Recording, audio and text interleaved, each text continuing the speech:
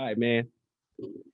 Talk to me, Will. Big Will. Yes, Hey, sir. hey. Yes, All right, sir. hold on. Before we dive into the interview, which obviously we're starting, we're jumping right into this, man. Mhm. So for the listeners that are popping into the on the mic interview, I have Will Lewis onto the mic. Will and I go way back because we just talked off mic. It's been 13 years since we graduated high school. Obviously, we've known each other. We went to the same high school, Centennial High School in Corona, California, and then from there we diverged to different states, different cities.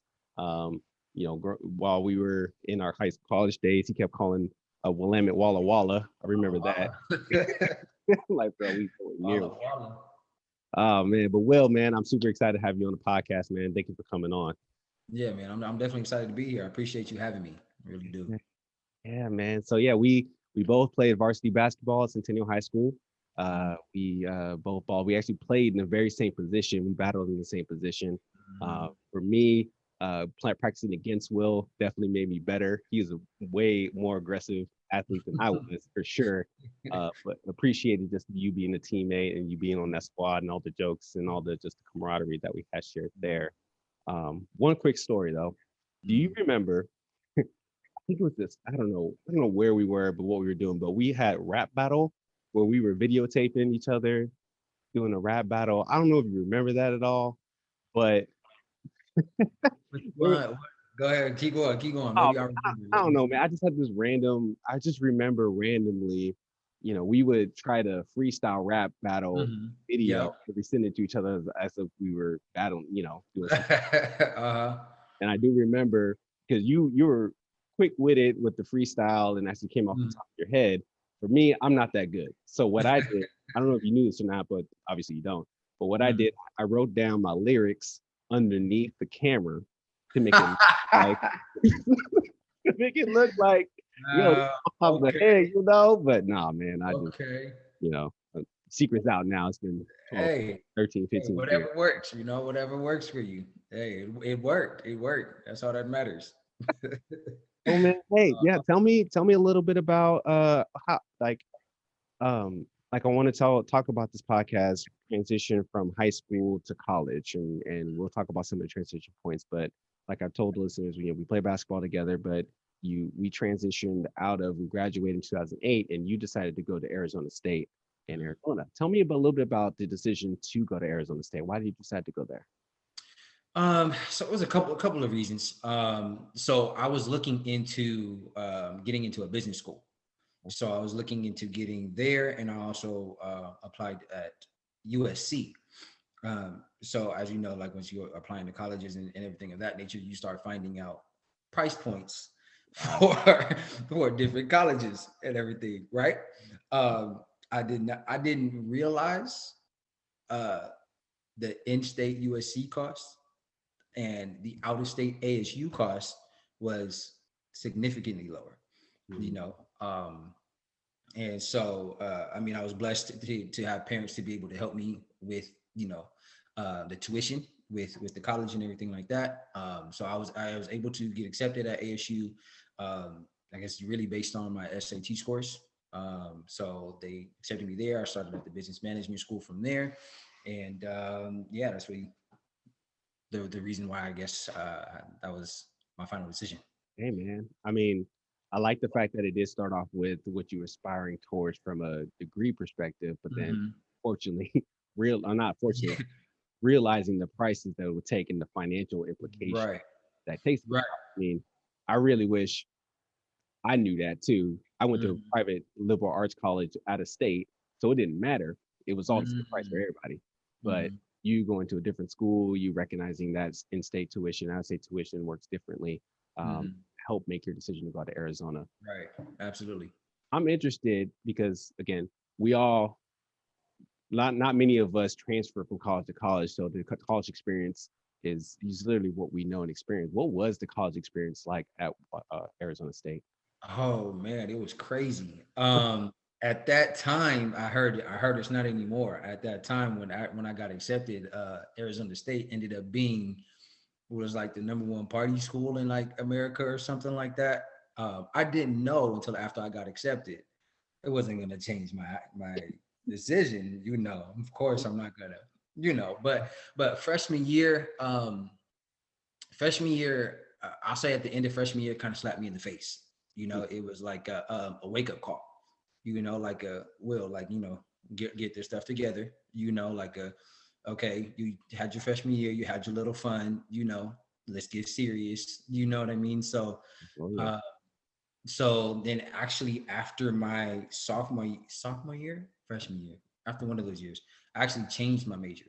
I went from business management to more so I did an interdisciplinary bachelor's of science in with business and communications Oh, because I started realizing I like speaking, right? So I like doing, being able to talk, things of that nature. So I took like a lot of public speaking courses, um, uh, and just started going that route. And then really the rest is history from there. But yeah, it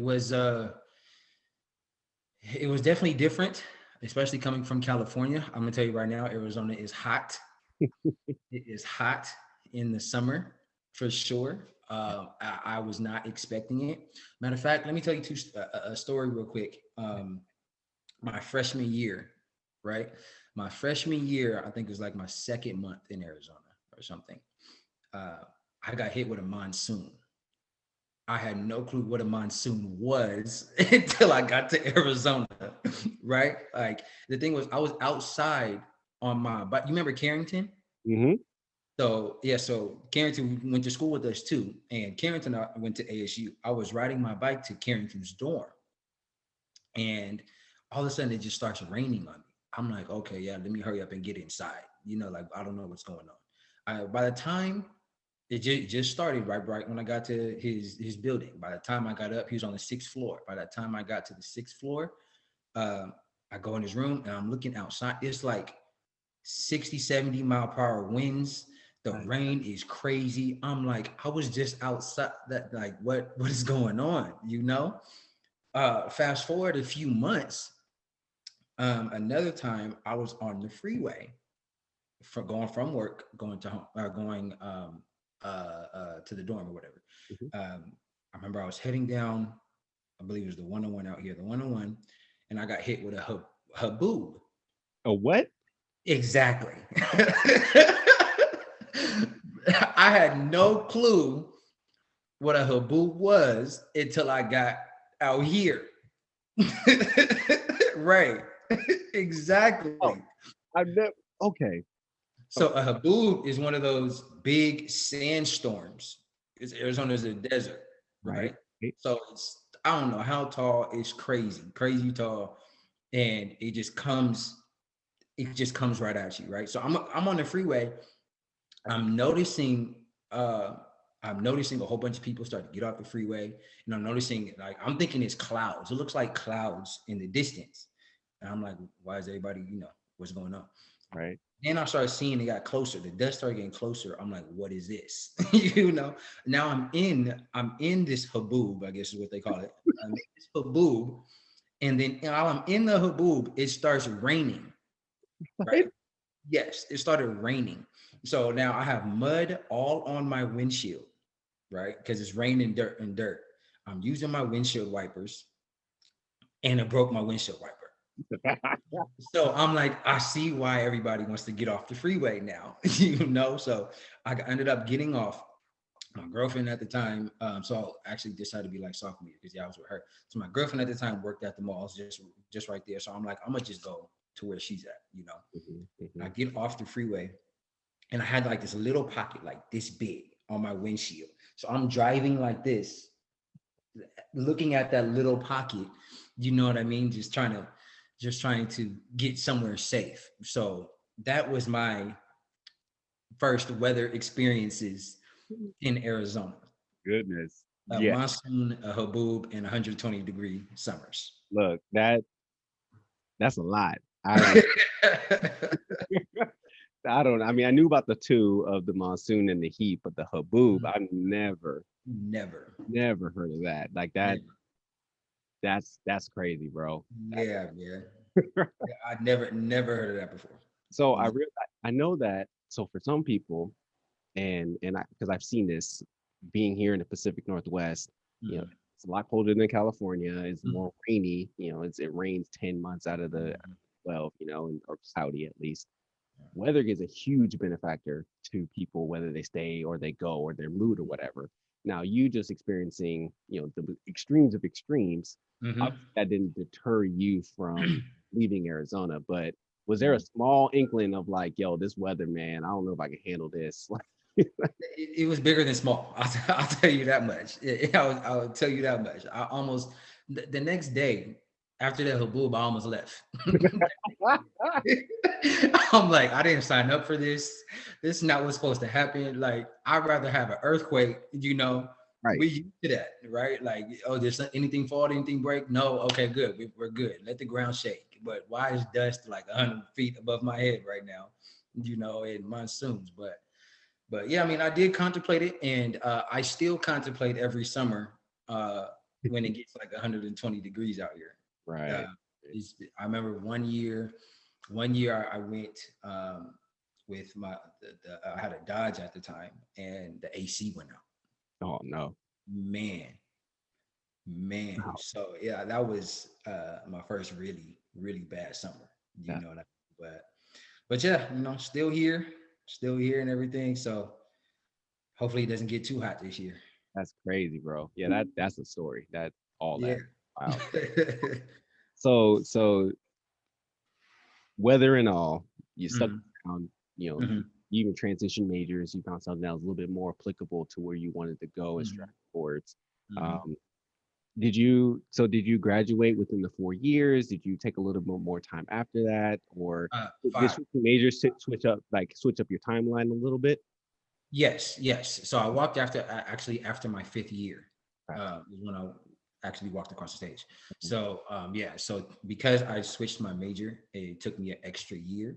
Okay. Um, and I ended up walking across the stage, and I was able to walk because of how many credits that I had and everything of that nature.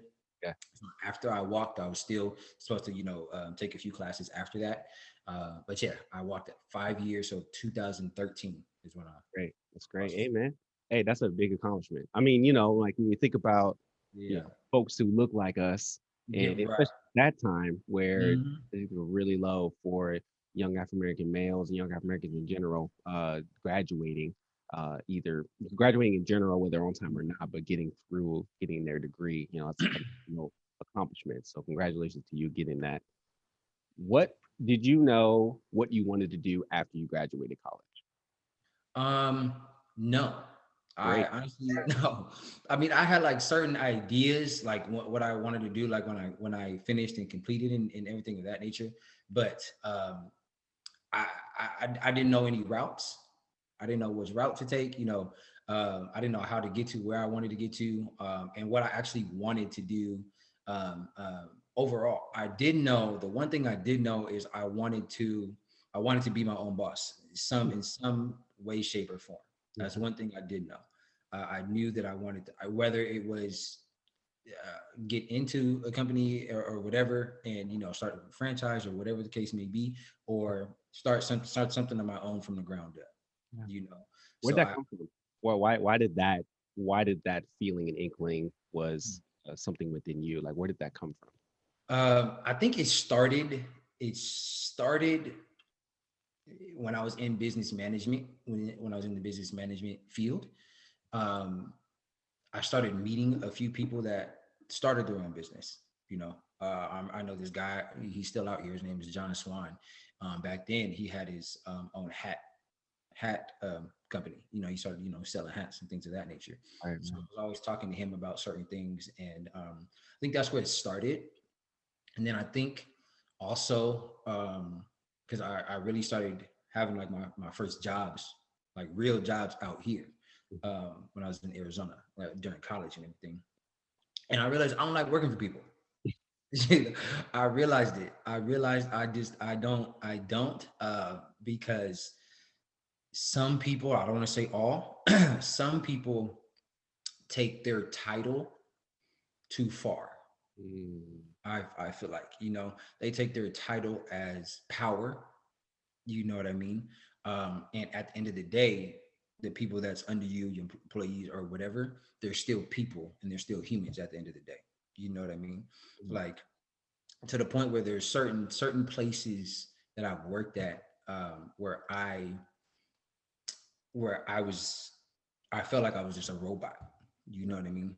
And that's just not my style. You know, um, where they forgot that when I clock out, I'm still a man. You know, and Right. so every year just kept progressing for myself. Like, okay, yeah, like I know this is not my realm. I need to get somewhere where, I have my own business. I don't have to work for people, et cetera, et cetera. So it Yeah. just kept growing each year. Yeah. Now that makes sense, man. And it is difficult.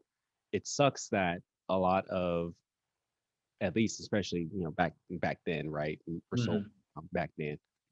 But organizations, the way they structure themselves, and even how leaders step into those spaces, it does seem a little bit robotic or Hmm. systematic, and you are cognitive people doing what I say and do. Um, Nowadays, there is a transition of recognizing the humanity that we have, how we are, we bringing our whole selves to work, making sure that we do feel safe and feel like we have like a voice, right? Hmm. Right. So, uh, Absolutely. so it's good. It as unfortunate as it is that you've gone through that, and I've even gone through that in some context.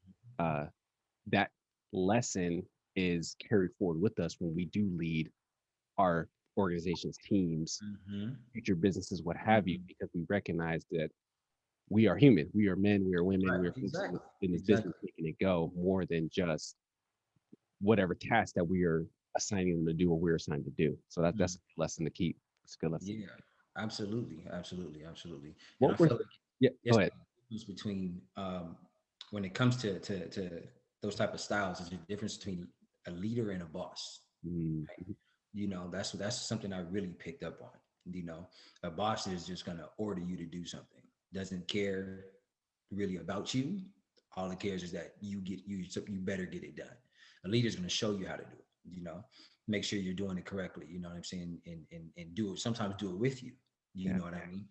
Um, and so yeah, and with those companies, I also realized like you're just a number to them. I know I said robotic, but to them it's like you're just a number. You know what I mean? Like I know somewhere where this person was one of my um, coworkers were sick, very sick, like in the hospital, and the boss, quote unquote boss, was like, okay, so do you know when you're gonna come back, or mm, I'm like, that's when I started in my head. I'm like, okay, well, this is where it changes for me. You know what I mean? I'm like, they treat you as a statistic and not as a human. yeah, You know, and so it's like, don't kill yourself over a place that will replace you the day after you die. You right. know, and so that's when it really started clicking for me, and I'm just like, yeah, I gotta start something. I gotta do something. You know. Yeah, I hear that. I hear that. So I realize there's two things here that I want to touch on. One, you decided to stay in Arizona, right? Mhm. So I want to talk about that, and I also want to talk about that transition to where you realize that the workspace, or at least the way that leadership and management was driven to you, was not for you. So you decided to pivot and do your own thing. So I want to talk Mhm. about what did you start doing that was along the lines of you being your own boss and to being the leader that you want to be. But first, let's start with the question of why do you decide to stay in Arizona and not go back home or go to a different state or what have you? Hmm. To be honest, so it was the year after I walked. So 2013 is when I walked. The year after 2014 is when we got pregnant, and we got Oh, pregnant with my daughter. okay. So just the short year after, and yeah, and then she was born. So we got pregnant 2014. She was born in 2015. Mm, And then so at that time, after a little after she was born, her mother and I split. And so then, I just decided just, being out here is right now at least is easiest for, because I'm gonna stay in my daughter's life. You know what I mean? I'm, just gonna be easiest for her, easiest for myself, and just the best for my daughter, really. So okay. yeah. Awesome. That's awesome. Oh, that's good. That's good. And I have a feeling, I mean, I know this. This is where fathers are needed came to be. So Exactly. we're gonna get there. We're gonna get there. That's No good that you worries. keep that No connection. worries. So then tell me then, that transition from being just a number in an organization to start doing your own thing. What were some of the initiatives that you started doing that really kicked off that, hey, I am my own boss. I'm working to get to this point where I am the the leader of my own time, leader of my own work? What were some of those things that you were doing? Um, researching, Okay. actually, researching. My problem, I always say, I'm way better at it now at reading Hmm. now. Back then, even right now, I mean, I hate reading. I hate reading. I'm not a reader, right? But back then, I would tell myself like, okay, well, you got to read, like, expand. You have to expand your mind. You got to expand your vocabulary. You got to find out different ways why people do this, why people do that. How were people successful being entrepreneurs? How people were successful, being leaders, things of that nature. I kept trying to pick up books for whatever reason. It just wasn't resonating. I would fall asleep after like 7 pages. but um, but yeah, so I just started doing a lot of research though. I started looking up um, um, um, entrepreneurs, looking up different ways to become an entrepreneur, looking up what was popular at the time, what was innovative at the time, just creative, I just started writing a whole bunch of things down, you know. Uh, I, I know fathers are needed is what I'm doing now, but even before fathers are needed, I couldn't tell you how many ideas I already had, like, oh, I could do this. I was like, okay, maybe not. Oh, I could do this. Maybe that's not for me either. You know what I mean? And then a little bit after my daughter was born, that's when I came up with the whole fathers are needed concept, and then that's what stuck, and that's what I actually, because I was more passionate about being a father, more passionate about fatherhood, and what I wanted to bring to the table. Yeah, that's awesome. Mhm. I think that's where I've seen this a lot, right? For entrepreneurs or folks who want to step in entrepreneurship, there's an Mhm. element of you trial and fail until you get to the thing that you stumble on, and and it clicks and you move forward. And that's one way of entrepreneurship.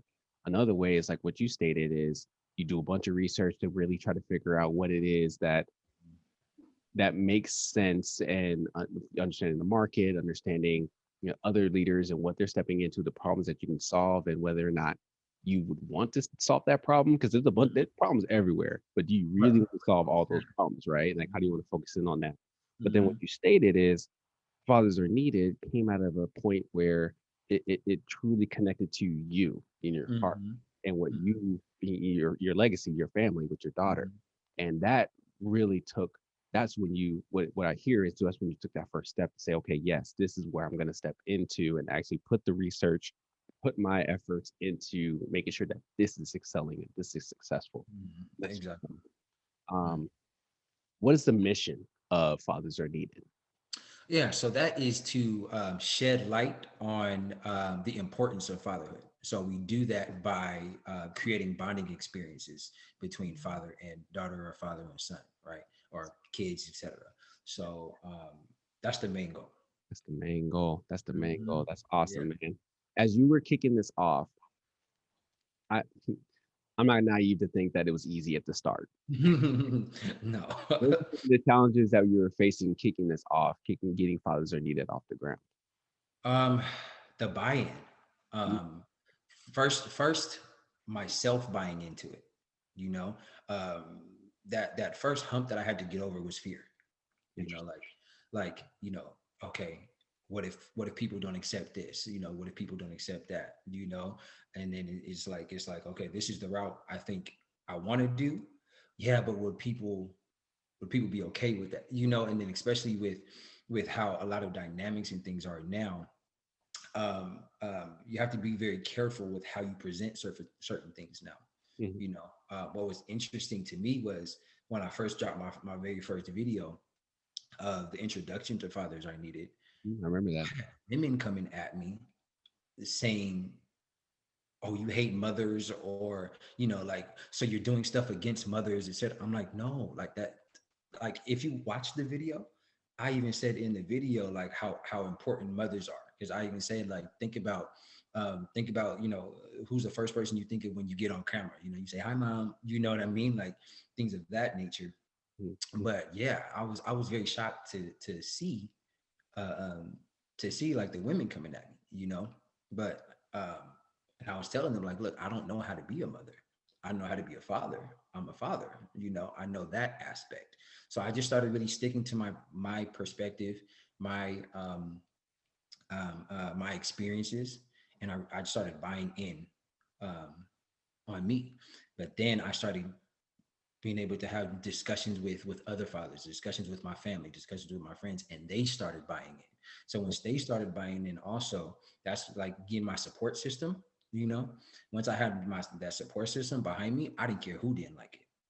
You Mm, know, because I already knew like, I have my support system. If I fail, okay, I'll find another way to make it work. You right. know, and then at the end of the day, I'm like, this is also about and for my daughter. I'm not. This is not going to fail. I'm not gonna let this fail. I would have a picture of her on my phone whenever I'm doing like working any kind of planning things or whatever. For fathers are needed. I would have a picture of her on my phone. When I would think that it's getting too stressful or it's getting this or getting that, I would look at my phone, take a deep breath, and get right back to it. You That's, know. that's awesome. I Yeah. love it, man. I love the passion and the foundation of it, and how it's geared towards an aspect of our society that as we know as fathers, there has been a major stigma of that, especially in our previous generation. Mhm.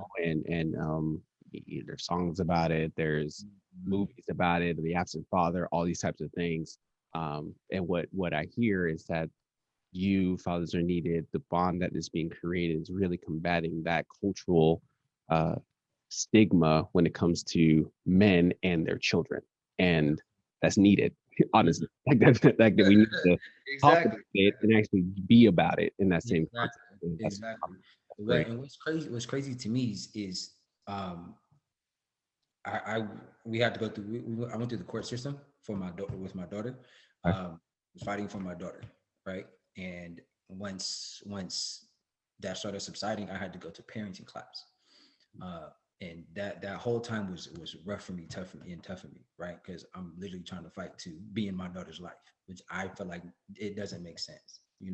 But as I'm in the parenting class, I realized how many other fathers are affected by this, right? Like I'm hearing stories like the father saying that they would rather just leave it all alone. When I'm in those classes and things, I'm just hearing all of these stories, and that's really when it clicked for me. One, I knew I'm not alone. Yeah. I know I'm not alone with going through all these trials and tribulations and everything, right? Two, uh, fathers got to understand who else it affects, you know. Um, and so that's why with Fathers on Need, I kind of came up with two concepts, right? One is the father's perspective, and then the other is society's perspective. Mm. However, it starts with the fathers, right? Because if fathers don't take fatherhood seriously, why would society? So when it comes to the fatherhood piece, it's about fathers that are there already. Right. On one side, it is to shed light on them, to show society like, yes, their fathers are doing this. There are some fathers that aren't walking away, aren't are taking care of the kids, etc. And then the fathers that aren't, is geared towards them to show them how much it's affecting their kids. To show them that it's time for them to step up. You know, because it has a long-term effect, and that's what some fathers don't understand. I have a friend of mine, that to this day, he we in our 30s, you know what I mean, and to this day it still affects him. you know and I've had people reach out to me. I've had people reach out just to the Instagram page, et cetera, telling me how much they're still affected by their father not being there. And these are people in their 40s, 30s, 40s. A lot of them are, yeah, still young in their 20s also and stuff like that. But the age ranges.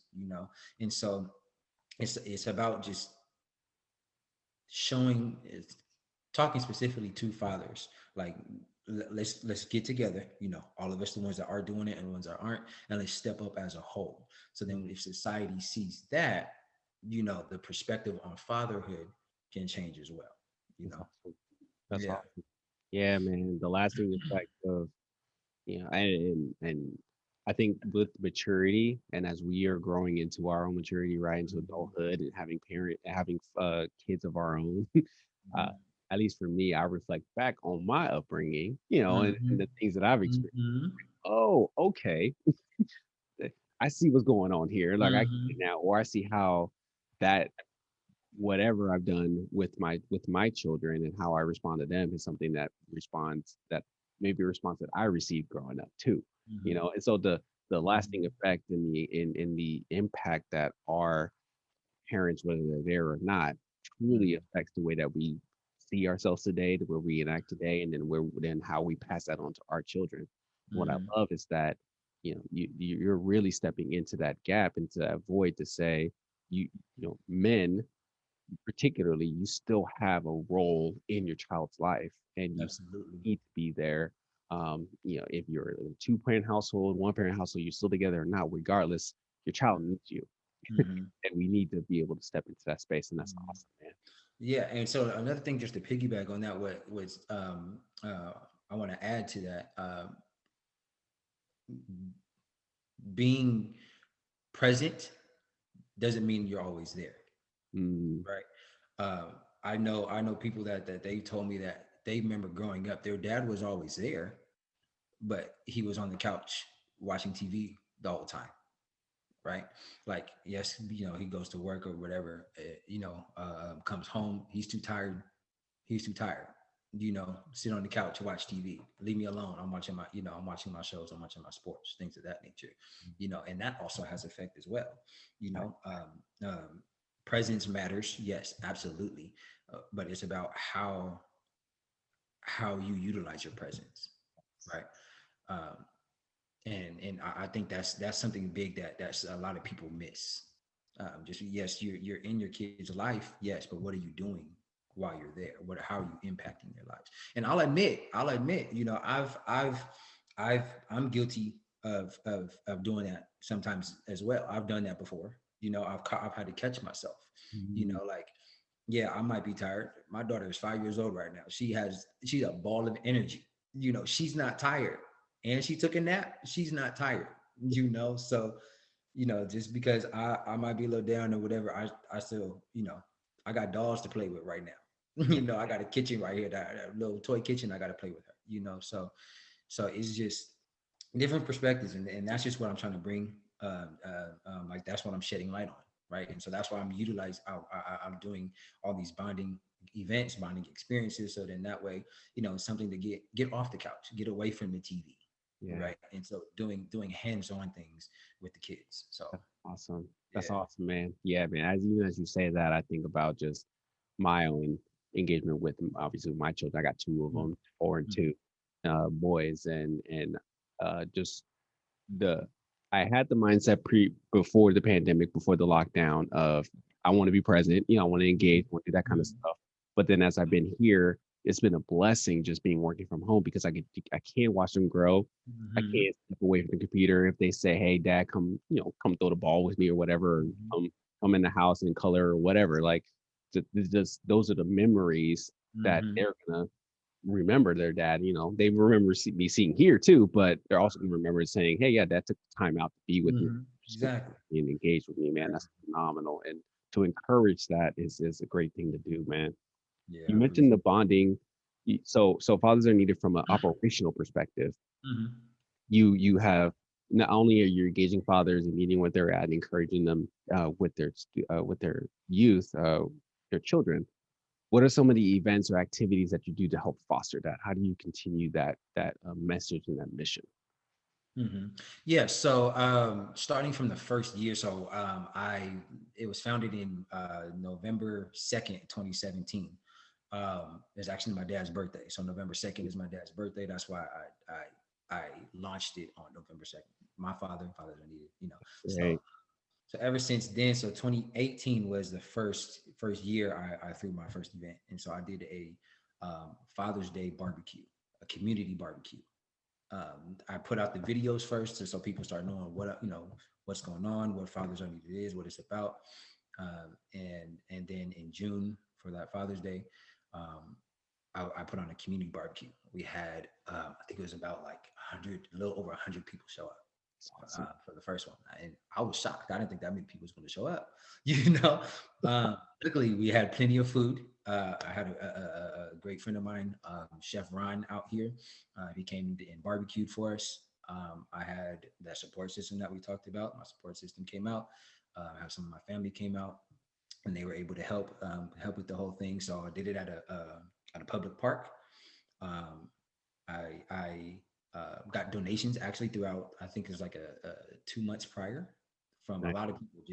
They just were able to donate. I did like a what's the GoFundMe, the Yeah, GoFundMe. And so people just started donating. So I used that to get all the food, to get pay for the chef, pay, do everything of that nature. And it turned out really well, as for the first event. And so I did that again the next year. So I did started doing it each year. I couldn't do it last year, obviously, because of COVID. hmm, So last year I did the same thing, same park, but I was able to get a big, not like a bounce house, but like it was like the maze ones, right. like an obstacle course. That's the word I'm looking for, like a inflatable obstacle course. I had there was water guns everywhere for the kids, and it was fun. It was fun seeing like the kids interacting with the fathers, like shooting the fathers with the water guns, and the fathers chasing them, and everything of that nature. And then I've also done three successful and consecutive toy drives Yeah, for Christmas time. So for the first and third year, so last year was the third year. First and third year, I did that. I donated to Just Keep Push out here. It's called Just Keep Pushing Christmas event. And then the second year, I actually donated everything to a preschool. that's awesome. Yeah. So what I'm actually working on right now, bringing back, because at one point we actually had our actually first bonding, um, uh, secluded bonding event. It was father-daughter hair classes. Oh, nice. Um, a friend of mine, yeah, her name is Brianna Brown. So she actually owns a salon out here now, and she's licensed, everything of that nature. So she's going to be instructing fathers on how to do their daughter's hair. Great. I was like, I need that. I can't even, I'm sorry. I had it firsthand. I was like, I definitely need that. I remember at one point my daughter didn't have as much hair and I got big hands. I could barely grab her hair to put in a ponytail. So I didn't know what to do. I'm like, what is going on? And then now her hair, she has so much hair. Now I don't know what to do. Like I can't tell you, I was watching YouTube videos, you know what I mean? Like learning how to wash her hair correctly, like different parts and everything. Look, my part game right now is serious. I could tell Okay. you my parts, but it's not even, but but no, but yeah, so we're actually bringing that back. That'll be coming back here in the next couple months. Um I'm going to be having those father-daughter hair classes, obviously because of the pandemic and everything. Mhm. We're only going to allow a certain amount of people. Actually, nobody even knows this yet, but me and Brianna. Oh, So hey, here you go. So exclusive. right, a little exclusive drop. We're only going to have a certain amount of people allowed in, like a personal, you Right. know, um, for that, but the rest will be virtual. So then we're gonna do the whole Zoom thing, and let everybody kind of come in and have fathers have their daughters in the chairs or whatever in front of the video, and do it that way. And I was supposed to have by a little over a year ago, I was supposed to have a father son Hmm. uh, barbershop event, There we you go. know. Yeah. But then the whole COVID thing happened and the shops were closed. And so right now I'm still working on what I can do specifically for fathers and sons, But yeah, just things of that nature. You know what I mean? Just something where we can get out the house, be with the kids, have fun with the kids, celebrate fatherhood as well, like for Father's Day weekend, Yeah. and just bond with the kids. Yeah. I feel, oh man, I appreciated that that the focus is on bonding events, right? It's on Mhm, activities that can be done outside the house in community mhm, with one another and creating mhm. memories, you know? Exactly. Uh, and that's so great, man. That's Mhm. I keep saying that's needed because it's true. Not that's positive, Mhm. but like that Right, right, is needed. right. A Mhm. constructive environment where I can bring my sons to know it's going to be a good time, know they're going to be in an environment where there are other fathers I can connect with and our kids can connect with, and just create those organic experiences under the umbrella of the importance of fatherhood, the importance of parenthood. Uh, Mm. and that's good, man. And that we need that in our world. So that's awesome that you're doing that, bro. Yeah, yeah, I appreciate it. Appreciate it. Man. So what I'm interested in, because we talked about how the mission is carried forward to the operational side of things. Mhm. Um, being that early on entrepreneurship was something that you said, yes, this is what I want to do. Uh, you know, can't work for nobody, but I want to start my own entrepreneurial endeavor and move forward. Um, what I'm thinking through is just you talked about the self buy-in of trying to understand, like, okay, yeah, I can do this, I can run the business. Mhm. What are some of the other factors of running a business that you ran into that you like just had to work through? Like, what were some of the lessons of just running this business that you can remember? Mm. Um, don't shy away from one. Don't shy away from failures. Um, in the beginning, I would. I know I talked about the fear at first, and then I got over the fear, and then I would do something, and then if I failed, I would like hide. Mm, I was like, oh, I can't. Oh, I don't want nobody to know I failed. You know what I mean? I don't want this. I don't want people to see this and see that or whatever. But instead, I started embracing it and learning from them, taking them as lessons instead, right? Just like I said, I had all these ideas that was coming to me. I'm writing down all these ideas, and I was like, okay, I'm gonna do research on this. I'm gonna do research on this. Okay, cool. Oh, so this is how I can start it.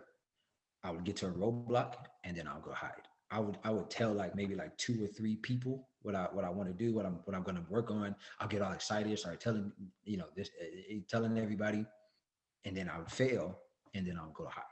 You wow. know, and so what I actually learned from that failure was keep it to yourself, to keep things to myself. The reason being was so that way I wouldn't put so much pressure on myself, Hmm, right? And so once I stopped, once I stopped blabbing to the whole world, not really talking about it, but more so being about it, right? Then that's when things started clicking. That's when things started coming to fruition. Um, you know what I mean? So definitely I would say one of the biggest lessons for me was take each failure as a lesson, learn something from each failure. It doesn't have to be the biggest, oh wow moment, even if it's something small, like it could be just, I don't know, if you're doing a clothing line, I don't know, just a different color or something. I don't know, it doesn't matter how big it is. um, but yeah, definitely that. What else did I run into? um,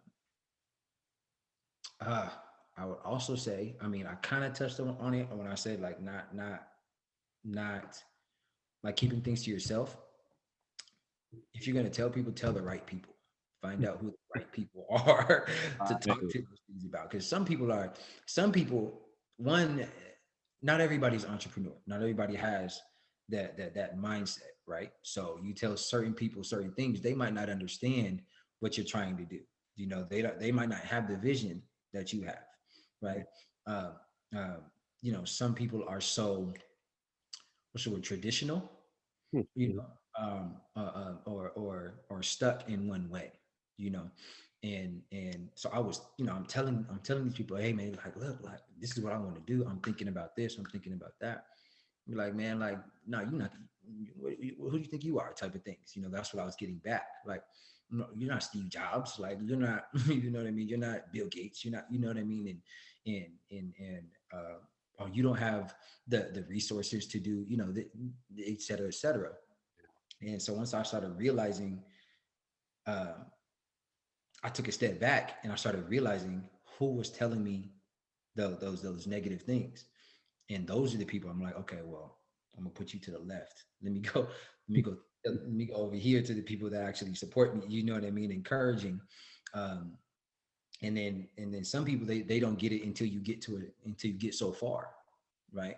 Like, not everybody will be willing to build those bricks with you in the beginning.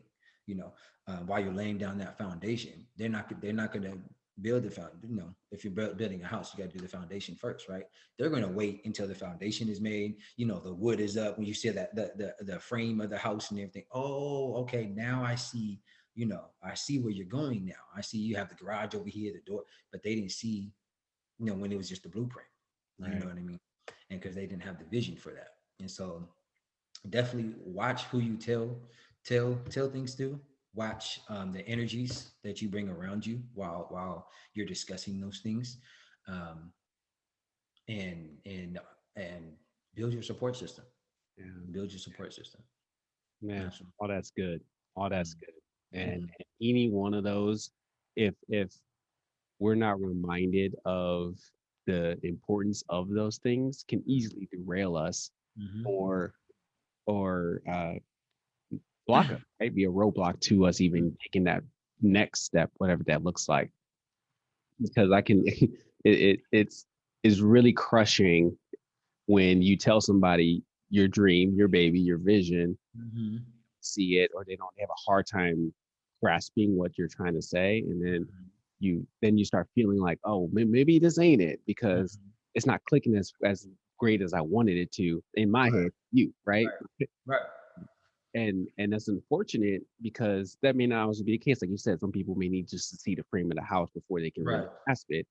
A lot of times, though, I think we need to be careful when people tell us our vision, people tell us our dreams, and vice Mhm, versa, that we don't necessarily shoot it down. right. Um, and but we also are like, okay, like keep going, like give that encouragement. And then Mhm, if there is that relationship, and like you said, the bond that you have with certain people to say, hey, I'm giving this to you because I trust you, right. and I think that you can help me in crafting this. We provide that criticism, and then when we receive that criticism, we don't take it personally. Mhm. Sometimes, maybe I'm talking to myself right now. I can Funny how easily we do that, right, right? and I can easily tell somebody something, and they give one jab at it, and I'm like, yeah, that hurt me, Mhm, and I'm like, oh no, I have to recognize that this relationship is a loving relationship. This is somebody I right. trust with what I'm telling them, Mhm, and they want to see success out of it too. And so mhm, moving into that, if we ever face that type of opposition, not being afraid, not letting that shut us down, but letting that be a learning moment for us mhm, to say, how can I get better at this? How can I get better at talking about the vision? Or, mhm. oh, that is a blind spot I need to make sure I Mhm. fulfill, Right, make the vision better. right, That's right. good. We got to keep going. And that's interesting that you say that. Actually, it actually started making me think when you saying like, the trust aspect, right? Um, um, because it can still be a relationship with somebody that you trust, but there can be like a level to that trust, right? Mm-hmm. It might not be um, um, yeah, it could be like your boy or something. Oh yeah, you can trust him with being around your girl or something of that nature. But when it's something like business related or business wise, he met like again we was talking about the vision. Might not have the vision for that, so you might not trust his criticism. When it comes to that aspect. But like you were saying, like the people that you do entrust your or want their opinions from you, you trust that aspect of your business from them, and so that's why you go to them, right? And that's why you ask them for advice. That's why you get that second opinion from them and everything of that nature. And I think now after you said that, I think it was um when I was, again, here we go talking to myself, Okay. um when I was learning from that, I was learning, okay, yeah, I can trust them in this category, but not my business category. You know, Mhm. which doesn't mean like I don't love them any less. I don't, care for them any less. Like my daughter, I trust my daughter loves me. Would Right. I trust her holding a knife? Yep. Absolutely not. Right. So you know what I mean. It doesn't mean I care for them any less, or or anything like that. But um, and what I also found was hard was them understanding that as well. Like when I stopped going to them for certain advice, they noticed after a little while, they noticed and they started feeling a certain type of way. We had to have conversations afterwards and everything like that. But But yeah, I think as soon as you said the word trust, it like hit me, it like clicked. You mentioned a bit about what's next for Fathers Are Needed. You know, Mhm. barring pandemic, you are on this trajectory towards continuing more bonding events, uh, Mhm. in barbecues with Father's Day, daughter, and then even father son, and as well as the toy drive. What are some of the uh, next steps or the goals or the milestones you want to reach with Fathers Are Needed moving forward? Um, so okay, let me see. I gave you an exclusive already. I'm trying to see how Oh, much I'm trying to see how much I can say, how much I can hold back a little bit, you know. No, but I mean, there's definitely things in the works. Right now, okay, I can say right now I'm um, um, bringing a bringing a couple people on, um, uh, growing the team, um, and so we will be uh, planning blueprints, everything of that nature for the rest of the year. I have a couple of things in the works already. Like one, like I said, the father daughter hair classes that will be out here in the next couple months. There's something else I'm going to be doing before Father's Day. great. So I'll say that. I can't We'll say what. drop that later. We'll drop that Yeah, later. Uh-huh. can't say that yet. So that's gonna come out before Father's Day. Of course, the toy drive will be at the end of the year. Um, but as far as the barbecue, I'm going to switch that up a little bit because the last barbecue it was 117 degrees. Oh, good. Right. You guys are You know what? Maybe I should think. Like I was lucky. I was blessed. That the first year it rained. It rained at like 5 o'clock in the morning. You know, and so first I'm thinking like, oh my gosh, it's ruined. Like if we're not gonna have a barbecue, you know, it stopped at like seven or eight. You know, I had people messaging me, "Are you still going to have it?" I'm like, "Yes, we are." So I set up. I had to start setting up a little bit late, but you know, I was able to. But it was only 75 degrees, so it oh, was like perfect, right? Perfect for a barbecue, perfect for a day out. The second year, the second year, like it was 170. Yes, I had there's water gun, everything of that nature at the park that I do it at. They have like splash pads and everything of that. So that's why I did it there on purpose because it's hot. But I didn't think 117.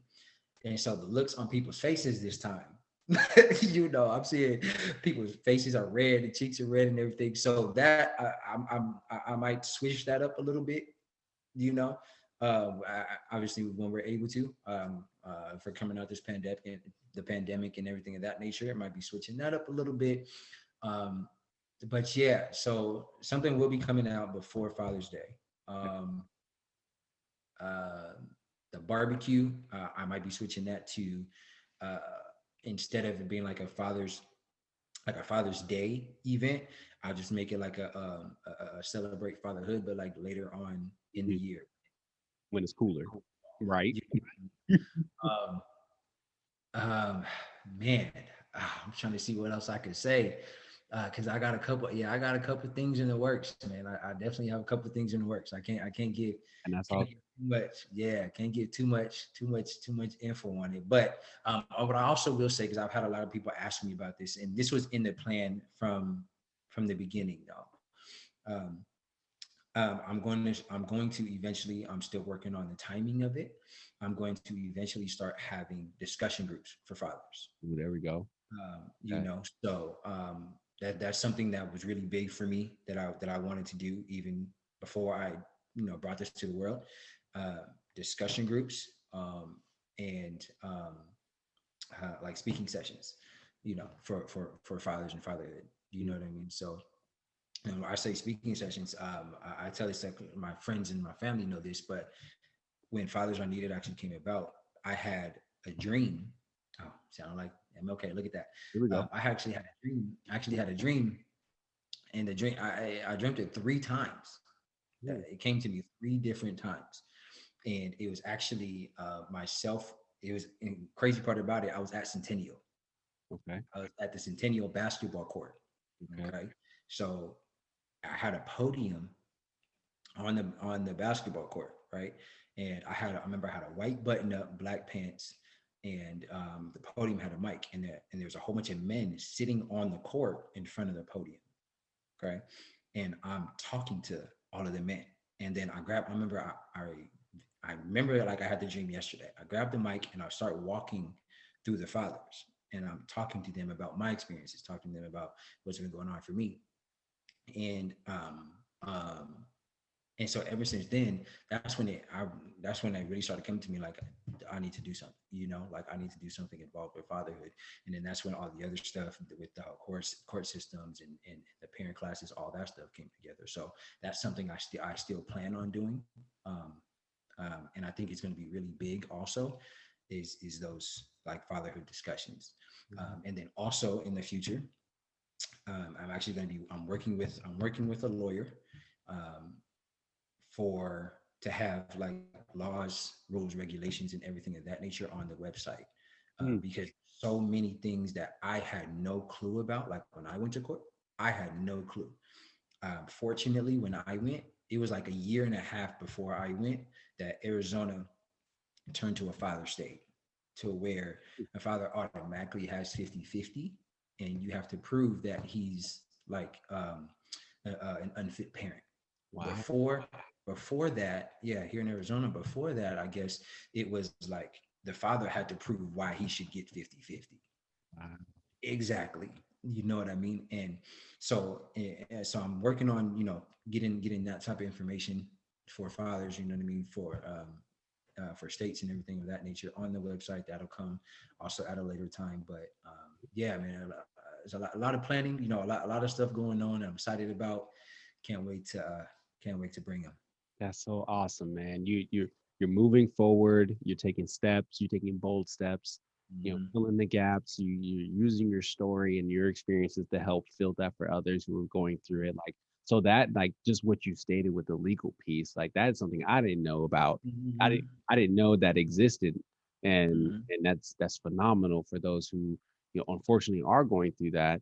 And if Hmm. you've gone through that, but you were able to turn right around and use your story to help other people and shape Hmm. their experiences that could be better, um, potentially than what you've experienced, or even just get it to the point where they know and they're informed in that regard, man. And it Hmm. sounds like Fathers Are Needed conferences in the works. Yeah. You got a Hmm. book. It sounds like you got a book ready to go. Like you got a keynote ready to go, man. You on the move, man. Man, look, I'm telling you, when I start getting these ideas, like I have a whole book, I have a whole what's those composition books. Mhm. I have one full, one is completely full, and I have another one that I had to, I just started getting new ones because Oh, I was just everything that I plan.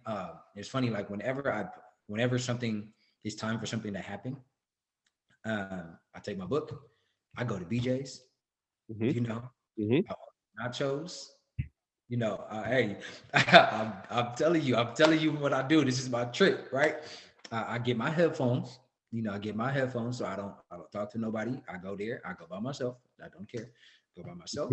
I pen, my pad. I order my nachos. Give me a drink, and I sit there and whatever comes to my mind about that event that I want to put on, I yeah. write everything down, and then Awesome. I plan everything out. You know what I mean?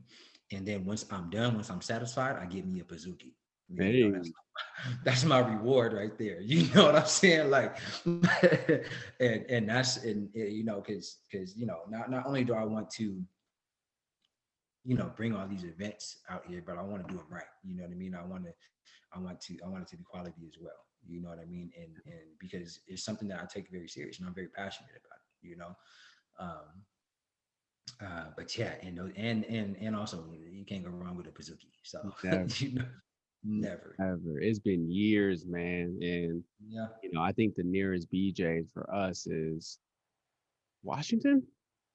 So more than a couple miles away, or a couple hours Mm, away. So it's a man, yeah. So I'm man. missing that Bazooki life, but no, but I love the routine. I love the routine. What you do to get your mind right, to make sure that you get it all down, and how like impactful it is to at least to write it down, because I know that's a lot of people. A lot of people get tripped up to think that oh, I'm gonna remember that, and then Hmm. you know we got I don't know how many different types of thoughts run through our mind on a regular basis. Then we Hmm. circle back to that thought. Is like, what? Dang, what did I had a great idea, and I lost. Hmm. I didn't take the time to write it down. Yes. And Hmm. what you've done is you minimize that. Say, you know what? No, I'm a regular schedule program. I got my Hmm. routine. I got my thing down, Hmm. and I'm gonna make sure that this vision, this dream that I have, that's been placed on me and my heart, to Hmm. put it down and make sure it happens and make it plain, right? Right. And then be able to then take that next step to bringing the right folks to your support group to make it happen. Right. And I'll just love the fact that this whole initiative is bigger than you, and Hmm. it's Absolutely. you're not trying to glorify yourself. You're not trying to glorify your own ego or what have you. It's like, no, like this is for my daughter. This is for other fathers Mhm. in the same sentence, same sentiment, and wanted to move beyond just Mhm. her own personal gain, man. And that's great. I love Yeah, it. yeah, man. Yeah, man. It's all about sharing the knowledge, and like you said, it's bigger than myself. I didn't even understand how much bigger it was, from the start. I'll say this, like, I mean, like I said, I've had people reach out all the time on Instagram, telling me their stories, telling me how what I'm doing is helping, and I feel like I haven't even done enough yet, just from those videos, those first four videos that I dropped out, I think I was making either the second or third one when I started bringing other fathers on. It was the third one. I had one of the fathers on there. He pulled me to the side and he was like, "Man, like, look, like, I just want you to know, like, two of his friends, because he's from LA. One of them was like going through the court system, and he wanted to give up. He wanted to give up, and he said that he sent him my videos, like, from the Fathers Are Needed videos, and after he was like watching those videos, he was like, yeah, so he stayed and fought and he was able to get 50-50 with his kid, and the other one wanted no part, wanted no because of his relationship with the mother. But then he didn't understand the impact it had with the child, right? And he told me because of that, he sent him the videos, and because of that, he started, having like visitations with the kid and understanding that, he doesn't want his kid to grow up being affected by that. You know what I mean? And it really touched me when I first heard that. And when I heard that, it was like reassurance, like I have to keep, you know what I mean? I have to do this. I have to keep going, etc. You know what I mean? And so, like, I always tell myself, like, each year, like, when I make a list of goals for me to do each year, but one of my goals that I say is impact one life a Mm, year, change one life a year. You know what I mean? And I look to do that through Fathers Are Needed. If I can do that elsewhere, perfect. But with the Fathers Are Needed, I think that that's something I can definitely that can definitely be accomplished. it's awesome. It's Mhm. awesome, man. Hey, stay the course, bro. That's awesome. I'm glad you're doing this. I'm glad you're in it. I'm glad that you're making these videos. I'm glad you're doing this. You have this entity in this body that is impacting so many fathers and then eventually their children's lives. And Mm. it's just Right. gonna continue to cascade down, man, and create a positive life fatherhood in society in the way they Mm. see fatherhood, man. That's dope. Uh Yeah. the last thing, um, before we get to the last question, I would love for you to, plug anything. I mean, you plugged everything from the event, but Right. where people can find you to learn more about you, learn more about Fathers Are Needed, and how they can Mhm. even help support any way Mhm. that they can the mission and the movement that you've created. Okay. So first, the website is just fathersareneeded.com. You guys want to go check out the website. My sister, actually, plug for my sister. My sister actually created my website. I had it revamped last year. And so my sister did that. So y'all let me know how you guys like the new website. Again, shameless plug for my sister. Yeah. Fathers are needed. Right, right. Got to, I love my little sister. So fathersareneeded.com. On there, there's also a donate button for anybody that would like to donate. We are going to be a fully nonprofit organization. Um, I was a LLC, or I should say, am an LLC, but we're transitioning over to a nonprofit organization currently.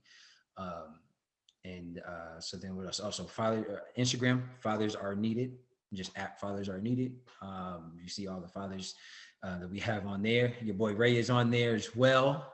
on the page. And then Facebook, I believe it's at Fathers Are Needed, and then the number two. So we have a Facebook page as well. So Fathers Are Needed, and the number two. Yeah. So, and we also have like a contact us if you have any ideas, if or need to talk about anything or anything of that nature, want to get plugged in, contact us page will be on the fathersareneeded.com website. I love it. I love it. Yes, we'll definitely plug all that in the show notes and get everybody involved and plugged in, man. Mm-hmm. I mean, especially I know we're recording this early in the year, but Mm-hmm. one of the ways that I want to I'm continuing to help support Fathers Are Needed is through the toy drive that you do at the end of the year, and I'm excited to do more and help support that as well because I love the mission, I love the movement that you're doing, man, and I would love for other folks who want to see this and we should see this moving forward as well and Mm-hmm. supporting the movement in that way, man. So we'll get all that plugged in the show notes. Um, the last question. So, we started this journey talking about Centennial. Uh, Right. we started talking about our younger selves and how old we are now, but talking about our younger selves. And one of the things I want to ensure that as we do in our various spaces is make sure that what we teach and what we share it has an impact on the next generation that they learn and we Mm-hmm. give them some lessons and tools to help them succeed. Mm-hmm. What would you tell the the younger you back in that college age, just Mm-hmm. starting out, getting your feet wet in that regard? What would be an advice you would give to that person, to that individual who is just starting out and getting their feet wet into Mm-hmm. I would say don't be scared. Don't be afraid. And stick to your route. Stick to your lane. Stick to your plan. Stick to your passion. Right. Um, nobody has everything figured out. Right. There's not one person on this earth that has everything figured out. And also, things are tailored differently from each person. Right. And so, stick to you. Be you. Do not fluctuate. Do not, get away from whoever you are. You know who you are better than anybody else. Stick to that. Stick to your route and stick to your plan.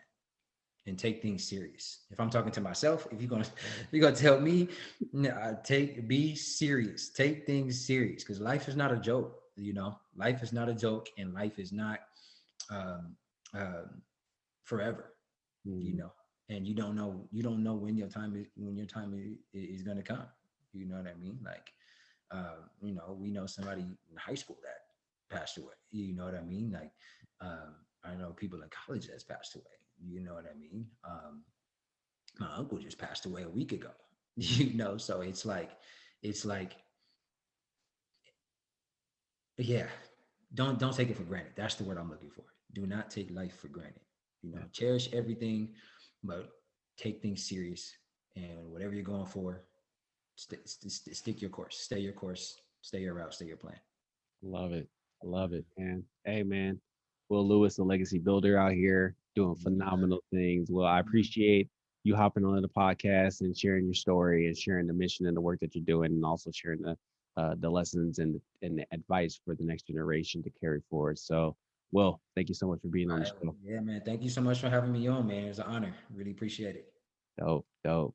Yeah, there. Let me. Yes, sir. How's that? There it is. Boom.